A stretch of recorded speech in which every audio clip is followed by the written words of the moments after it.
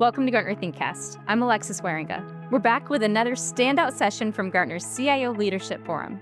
Today, you'll hear from Gartner Distinguished VP Analyst Mandi Bishop, who breaks down how in the age of AI, the skills that matter most aren't technical. They're the human-first soft skills that often get overlooked.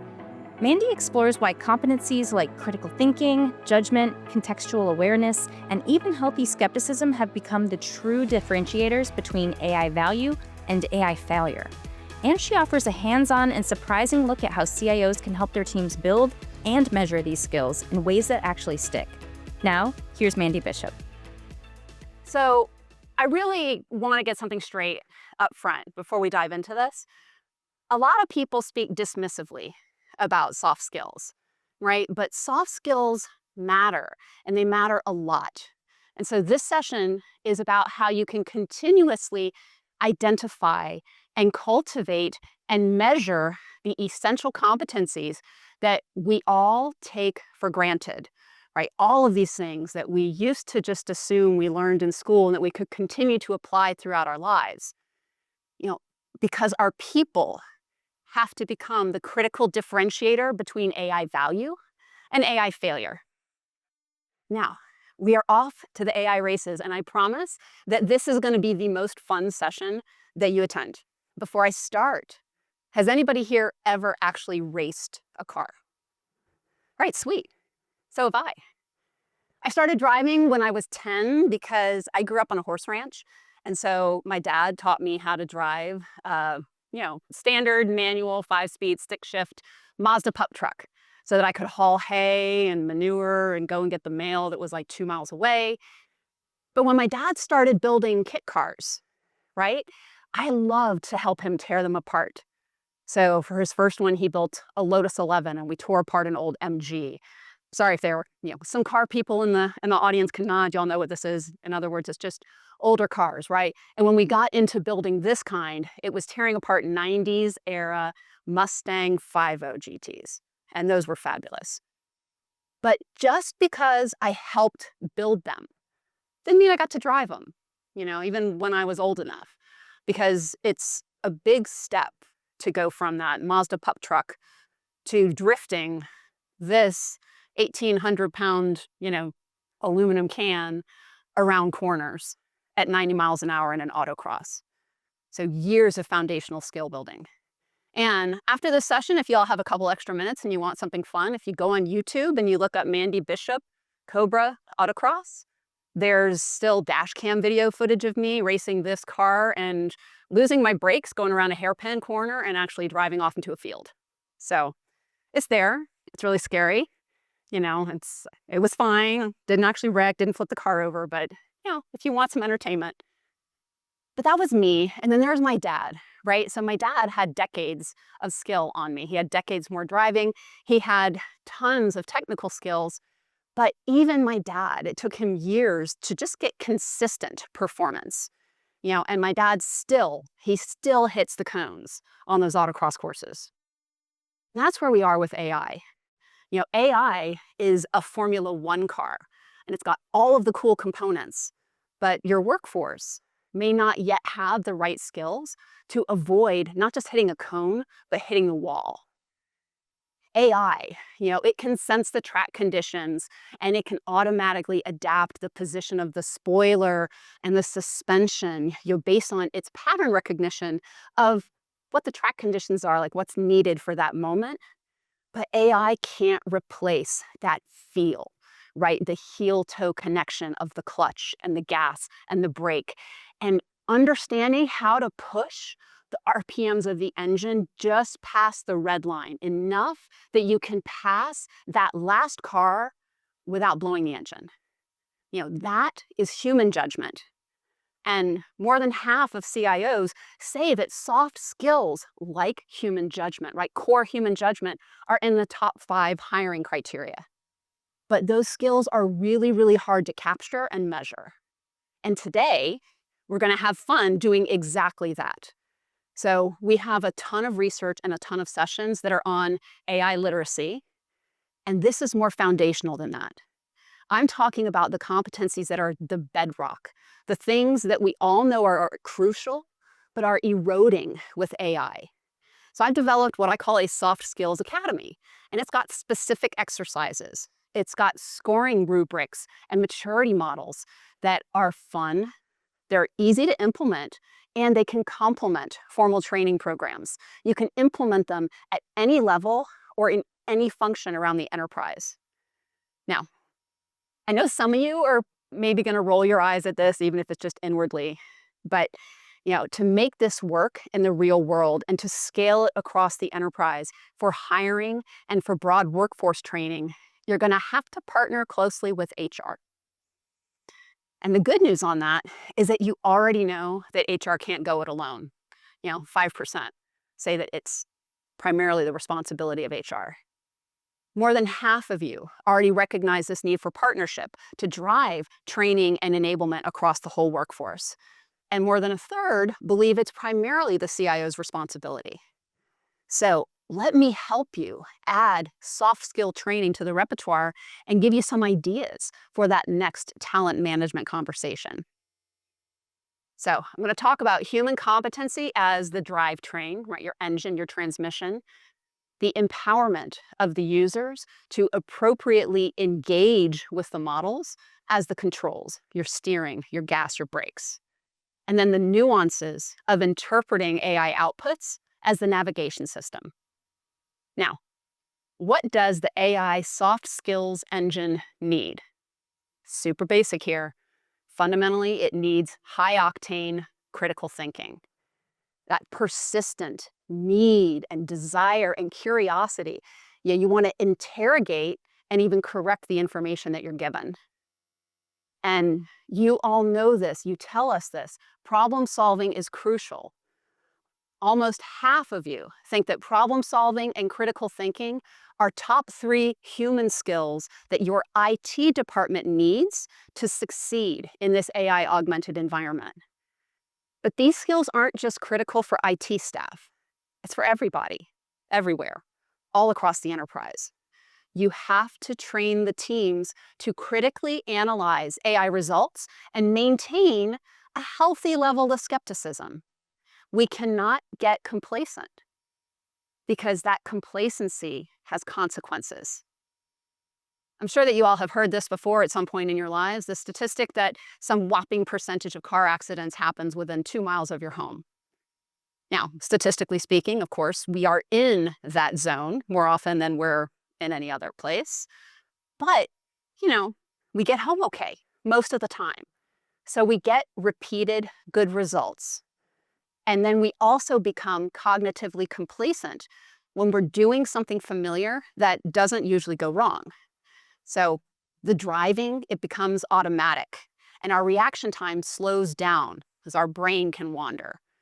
And with AI, that complacency means that we overtrust its outputs, which definitely risks a performance reduction and could even potentially lead to a catastrophic event.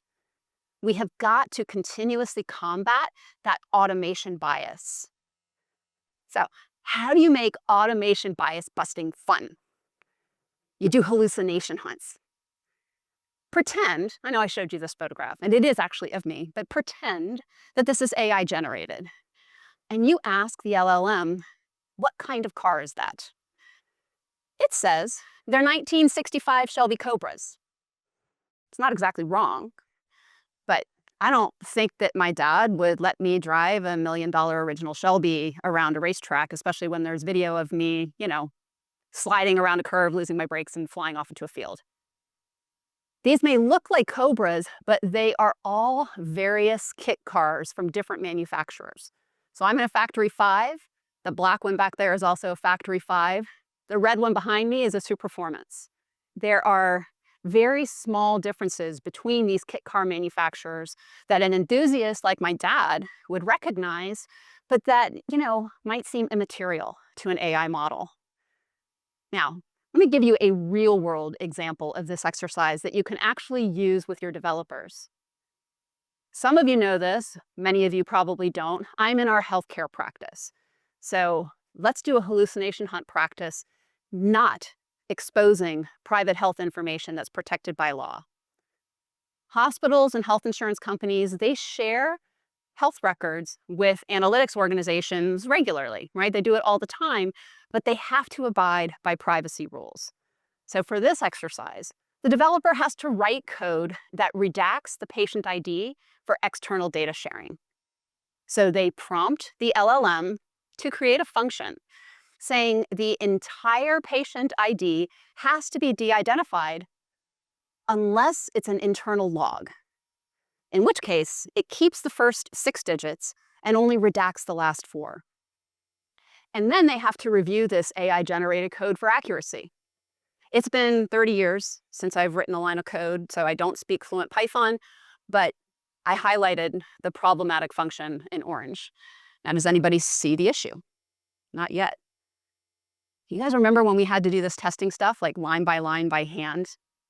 Yeah, it was that ability, right? We don't have to do that necessarily anymore, but that ability, knowing how to validate step by step rather than trusting the AI output, that needs to be reinforced. So this code assumed that just the presence of the word internal meant it only had to redact the last 4 digits of the patient ID. But it doesn't account for the times when that log content may also trigger external data sharing. Now, this is a compliance problem, but it could also result in reputational damage. So the last steps in this hallucination hunt exercise are to identify and execute these kinds of use cases using adversarial input testing. And then to consider the implications if that code had been put into production. In this case, that really needs to emphasize the compliance component and the consequences of failure. We don't tend to reinforce the need for our technical resources to understand broader context, to understand the why is it wrong, what are the additional reasons that this would have negative consequences for me, for the organization, or for society, right? That's doing them a disservice, not having them emphasize this broader context, because the AI itself is taking over more and more engineering services. Right? So this type of understanding, this type of contextual awareness, this discernment is what is going to help them continue to change their role to be able to apply that knowledge to more like domain-specific language models, for example, to become context engineers. And of course, the last step is fixing the problem. And every step in this process needs to be documented. And because this is quantifiable, you can score it. Did the developer find the logical fallacies? What sources did they use to figure out, in this case, what the HIPAA requirements were? Did they document the steps that they took to validate it? Did they articulate what could happen if that output had been put into production? And then, of course, were they able to correct it? And here's how those results shake out. They're passive passengers if they don't really know how to fact-check AI independently. So they're likely to believe the output and allow errors to proliferate. This is increasingly problematic as we are moving to an agentic world, and there will be execution based on that decision. Skeptical auditors find inaccuracies and they disprove errors, so they're more likely to question the outputs and seek independent validation, but they're not masters because they don't go beyond the questioning to figure out why the hallucination happened. This mastery is what's going to help people engage more effectively with models over time. This kind of critical thinking is the skill that you want to continuously build as the ways of working become more automated. Just because it's routine doesn't mean it's right. Now, in the appendix of this deck, I've given you all a couple of additional hallucination hunt exercises that have business context rather than technical ones. Yeah. You could make these hunts harder by throwing in red herrings that don't have any problems at all. You can also help people build that AI literacy by giving them the opportunity to work with LLMs and develop new hallucination hunt exercises themselves to stump their peers. And that brings me to empowerment. How do you build your workforce's confidence and skills in engaging with AI models and agents? Everyone's got to learn how to prompt. I've heard some people say that prompt engineering is dead, right? But fundamentally understanding how we engage with models is critical. And prompt engineering is an extension of that critical thinking that we must protect. More than 3/4 of you told us that conducting even beginner-level prompt training affects AI value realization. Of course it does. I bet that most of you in this room, as everybody started scaling Copilot across the enterprise, pretty much, yeah. But how many of you actually captured measurable financial values from just that exercise? Those vendors, they all offer training, but is that really increasing your workforce's ability to engage with all different kinds of models effectively? Now, in that hallucination hunt, I gave you the prompt and the output, but learning how to prompt is going to minimize those kinds of hallucinations or agent missteps. So let me show you how to reflect so that you can deconstruct the role, format, language, example, context, and task components that make a precise prompt. Of course, everybody starts with the T because that task is the only must-have, right? Create a list of generic tasks for a records management strategy project. But if I happen to love vinyl records and I've been talking to my LLM a lot about exactly what I need to do with my old Styx albums, then the model could just assume from that context of interacting with me that I'm trying to figure out how to actually manage physical records. And I'm going to waste a ton of tokens and a ton of time and a ton of your money associated with those iterations on unnecessary activities. Giving it role context would immediately overcome any shadow of a doubt that this has to do with shelving vinyls alphabetically. And it also helps overcome any personalized role bias that that model may have in its memory from working with you. Since I'm an analyst in our healthcare practice, and I often interact with LLMs for their deep research capabilities across a wide variety of subjects, I have to let it know when I want a different role's specific perspective. Telling it the format that you need in the very first prompt saves you time extrapolating, and it can help you spot those discrepancies faster. Does it need to sound pithy? Or does it need to sound professional, right? Does it need to be sincere? Does it need to be compelling? What kind of citation style do you need? Are we talking MLA or APA? Are there more detailed format parameters that you want to set? Can you upload an example and tell it exactly what kind of output you're looking for and have it replicate what it sees in the format that you've uploaded? Why are you asking it to do this? What is the business context for this question or the technical context for this question? What problem is the task solving? And then, of course, we're back to the task itself. This is what you want the AI to do. Yes, I've had some conversations about this where people have said, oh, well, we'll build that into the model. We have our model actually prompt us to complete those things. Yes, please do that. Those are additional guardrails that you can put in that will ensure that you've got the right prompting. But when it comes to exercise and building these skills, you're eroding the critical thinking that we were just talking about in that last section. And I promised that this whole session was going to be the most fun that you've had. So let me look at a couple of additional ways to turn this into a team sport. Reverse engineering. It's a super simple way to practice. You just take 3 basic prompts that only incorporate the task component, which is, a pretty typical prompt that you see today. Have the participants find ways to fill in those gaps and create precise prompts that will minimize the need to iterate and get an optimal output. I mean, come on, there's so many examples. Like, we all know what a crappy marketing email looks like. We can avoid that through better prompting. You could also do a variable swap. You start with a complete prompt, and then you have those groups change just one element at a time while keeping the context and the task the same.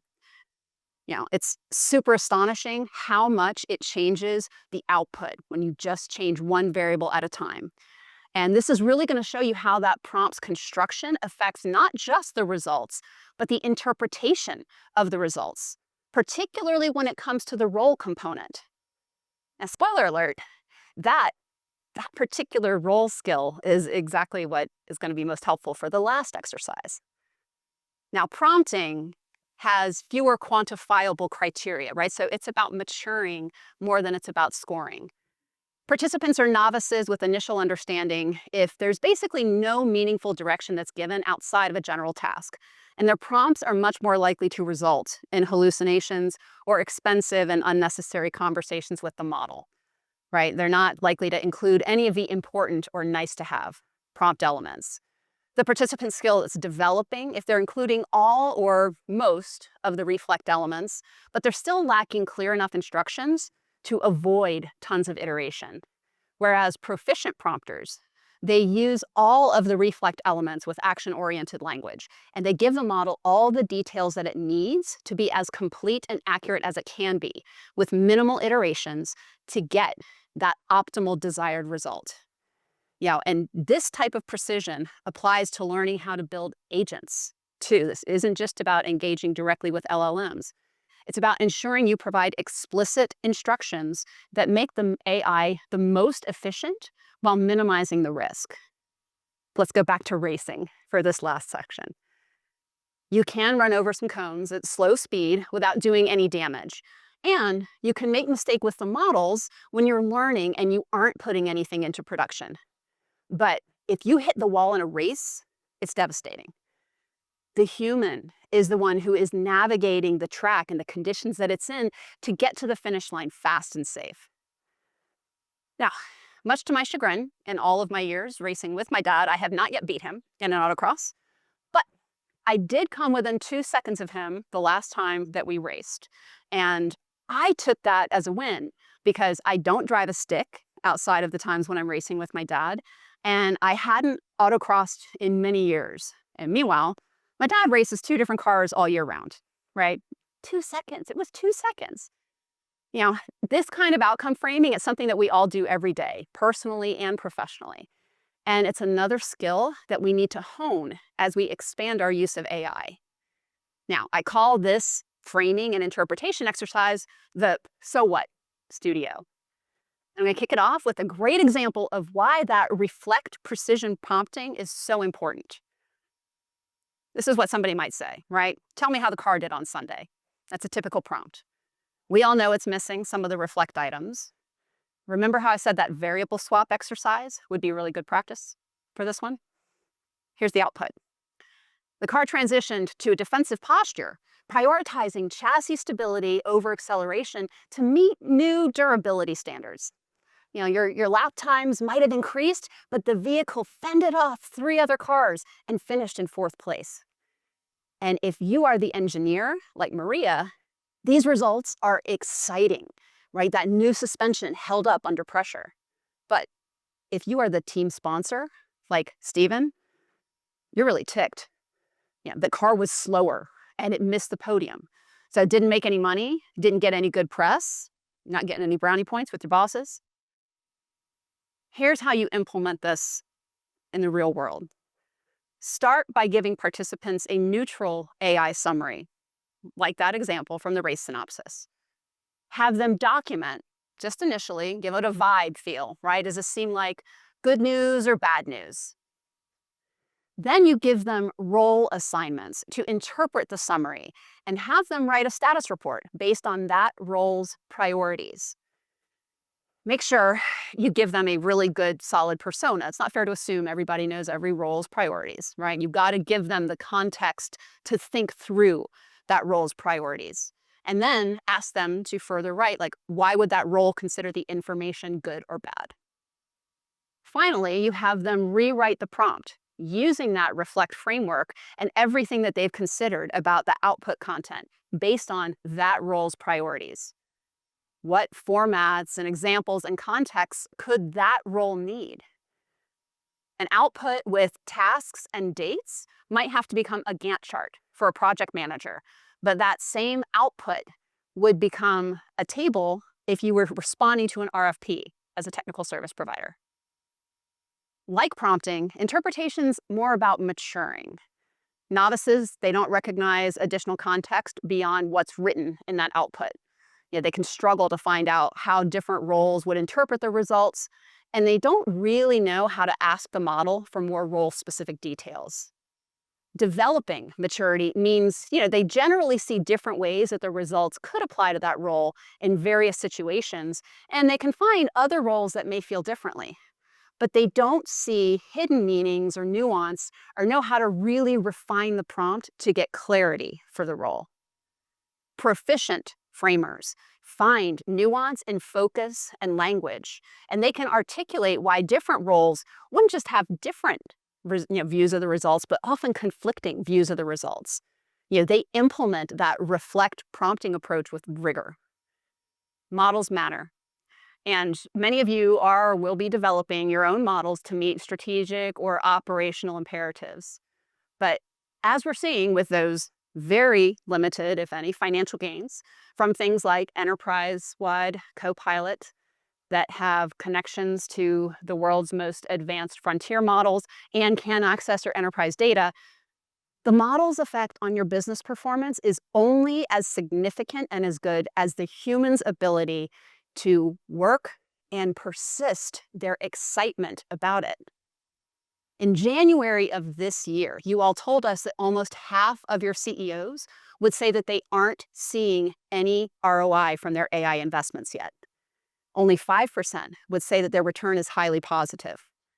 Now, remember at the beginning when I told you that 3/4 of you said that beginner level prompt training affects AI value realization? This whole session has been all about how to make that real. And you've already got the training methods that you need in place. You're conducting these learning sessions. You're customizing use cases for roles. You're leveraging champions and digital communities and encouraging peer learning. So you just need to include soft skills training in that repertoire. When you get back to the grind, I want you to operationalize the academy. Run a simple hallucination hunt as that icebreaker for your next all-team meeting. Since you quantify the results, talk to HR about how to use those kinds of exercises as assessment tools. You can use them both during hiring, and you can use them on a continuous basis as part of an AI literacy program. Make reflect prompting part of every project or product sprint so that everyone can get comfortable and excited to use AI. Practice both that reverse engineering and the variable swap exercises to ensure that your outputs are as accurate and low risk as possible. Use this to develop and summarize or interrogate things like requirements and design documents for your IT teams, or from a business team to look at how do you do campaign management? How do you do better deep research on markets? How do you draft compliance filings or do persona-based role play? Finally, keep your hallucination hunt and reflect prompt exercises in a repository that you can mine for the so what studio exercises.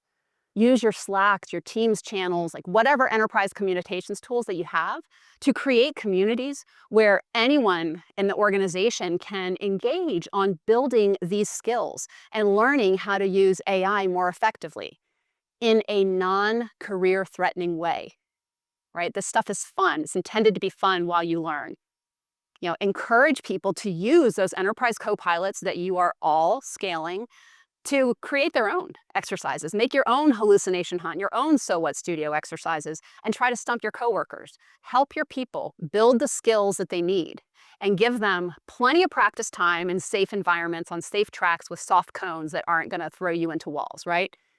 And if you do all of these things as you're accelerating your pace in this AI race, they're going to become confident enough to not just race themselves, but to bring others along. Just like I now bring my daughter. Thanks for listening to this latest episode of ThinkCast. That was Gartner Distinguished VP Analyst Mandi Bishop. To learn more about this topic, follow the links in the notes. ThinkCast will be back wherever you listen to podcasts a week from today. In the meantime, please rate, review, subscribe, and share with a colleague so neither of you will miss it.